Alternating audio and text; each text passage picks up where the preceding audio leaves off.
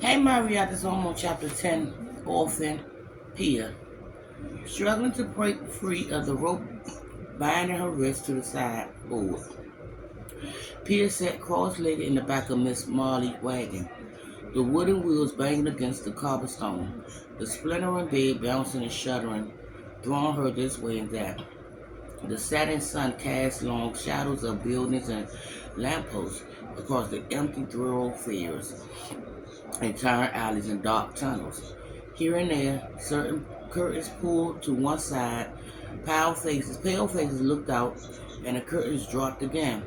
Piers shouted for help as loud as she could, but Miss Ollie hit her with a riding crop and told her to shut up. With every passing mile, Pia berated herself for being so careless. If only she'd taken a minute to see who was coming up the stairs. Instead of assuming it was someone she knew, if she only been more vigilant and not shouted at Mrs. Anderson's door, she might have gotten away. When Miss Marley and the driver rushed up the steps and cornered her in the hallway, she kicked and screamed and fought back like a wild animal. But it was no use. The driver was too strong. The straggly, bearded Hungarian and her family apartment looked out to see what was the commotion was, but the driver threatened him with a bald fist and he closed the door. Ooh, sorry, y'all. Wait a minute.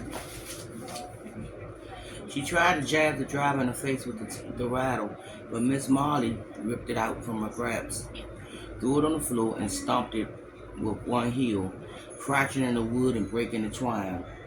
The bells fell off and scattered along the hall like marbles, jiggling as they rolled.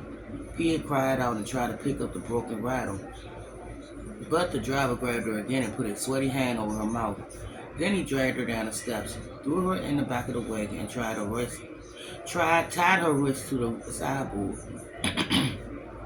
Now there was nothing she could do but try to escape again and apologize to the twins over and over in her head.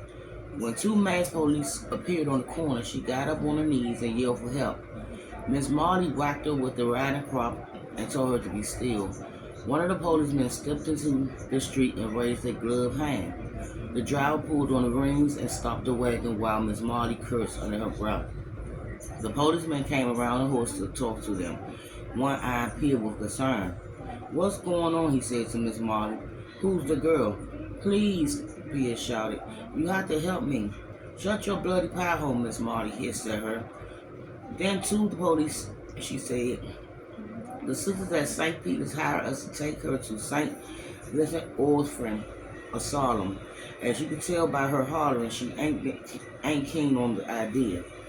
"I'm not an orphan," Pia shouted. "My father's looking for me and my brothers." One of the police held up a hand to quiet her, his eyes on Miss Marley. "Do you know where her father is?" he said. "He's a soldier," Pia said. "Well, if the nuns knew the answer to that, officer," Miss Marley said, "I'd imagine they'd send her to him instead of at an orphanage. He could be off on a bender for all I know." Shouldn't she be wearing a mask?" the second police said. "She's already had the grape," Miss Marley said. "That's why she was at St. Peter's.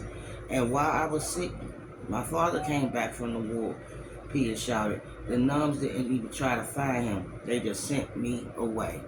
And I'll be back with the continuation of Pia chapter 10.